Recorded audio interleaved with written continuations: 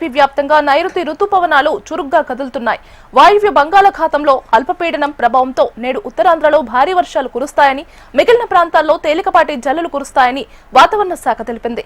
తీర ప్రాంతాల్లో కొంత అలజడి వాతావరణం, మత్స్యకారులు అప్రమత్తంగా ఉండాలని సూచిస్తున్నారు. దీనిపై లేటెస్ట్ అప్డేట్స్ మా విశాఖ ప్రతినిధి అనురాధ అందిస్తారు. బంగాళాఖాతంలో ప్రస్తుతం అల్పపీడనం కొనసాగుతుంది. ఒడిశా, ఛత్తీస్గఢ్, ఆంధ్రప్రదేశ్ మీదుగా అల్పపీడనం కొనసాగుతూ ఉంది. దీని ప్రభావంతో ఉత్తరాంధ్ర జిల్లాల్లో వర్షాలు పడుతున్నాయి. మరోవైపు చూస్తే కనుక దేశవ్యాప్తంగా ఋతుపవనాలు విస్తరించి యాక్టివ్ అవడంతో దేశవ్యాప్తంగా అనేక ప్రాంతాల్లో, అనేక రాష్ట్రాల్లో వర్షాలు కురిసే అవకాశం ఉందని ఐఎండీ హెచ్చరికలు జారీ చేసింది.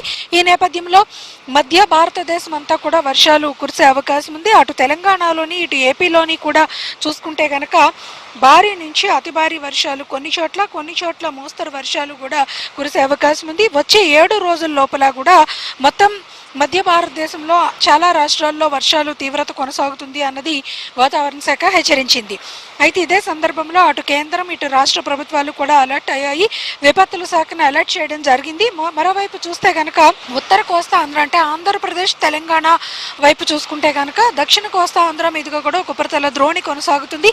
మరోవైపు ఇటు ఉత్తర కోస్తా మీదుగా కూడా అల్పపీడనం కొనసాగుతుంది. ఇది బలపడడానికి మరికొంత సమయం పట్టే అవకాశం ఉందని కూడా వాతావరణ శాఖ అంచనాలు వేస్తుంది. ఋతుపవనాలు కూడా యాక్టివ్ మోడ్లోకి వచ్చిన నేపథ్యంలో భారీ వర్ష సూచనకి ప్రస్తుతం ఐఎండీ సూచనలు అయితే చేసింది. అయితే మనం ఆంధ్రప్రదేశ్ వరకు ఉన్న వాతావరణ రిపోర్ట్ కనుక చూసుకుంటే కనుక ఉత్తర కోస్తా ఆంధ్ర యానాముల్లో మొదటి 2 రోజులు కూడా భారీ నుంచి అతి భారీ వర్షాలు, అలాగే తీరం వెంబడి గంటకు 40 నుంచి 50 కిలోమీటర్ల వేగంతో గాలుల తీవ్రత కూడా కొనసాగుతుంది. మరోవైపు చూసుకుంటే కనుక తెలంగాణలో కూడా అనేకమైన ప్రాంతాల్లో వర్షాలు విస్తారంగా, భారీ వర్షాలు, మోస్తరు వర్షాలు కొన్ని చోట్ల కురిసే అవకాశం ఉంది. వాటి ప్రభావంతో దక్షిణ కోస్తా ఆంధ్ర, రాయలసీమ ప్రాంతాలన్నింటిలోని కూడా చెదురుమదురుగా వర్షాలు, కొన్ని చోట్ల తేలికపాటి వర్షాలు కూడా కురిసే అవకాశం ఉంది.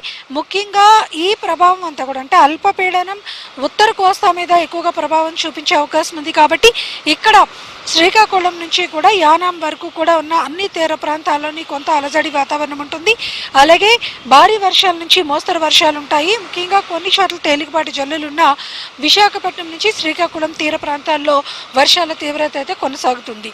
అలాగే అలల ఉధృతి ఉంటుంది, సముద్రం అలజడిగా ఉంటుంది. కాబట్టి మత్స్యకారులు ఎవరు కూడా చేపల వేటకు వెళ్ళవద్దు. 5 రోజుల పాటు మత్స్యకారులకి హెచ్చరికలు కొనసాగుతాయని కూడా వాతావరణ శాఖ అలర్ట్స్ జారీ చేసింది.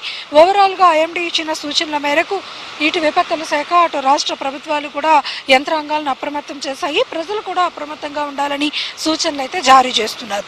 ఇది latest weather update. Video journalist ధనుష్తో అనురాధ, HM టీవీ, విశాఖ.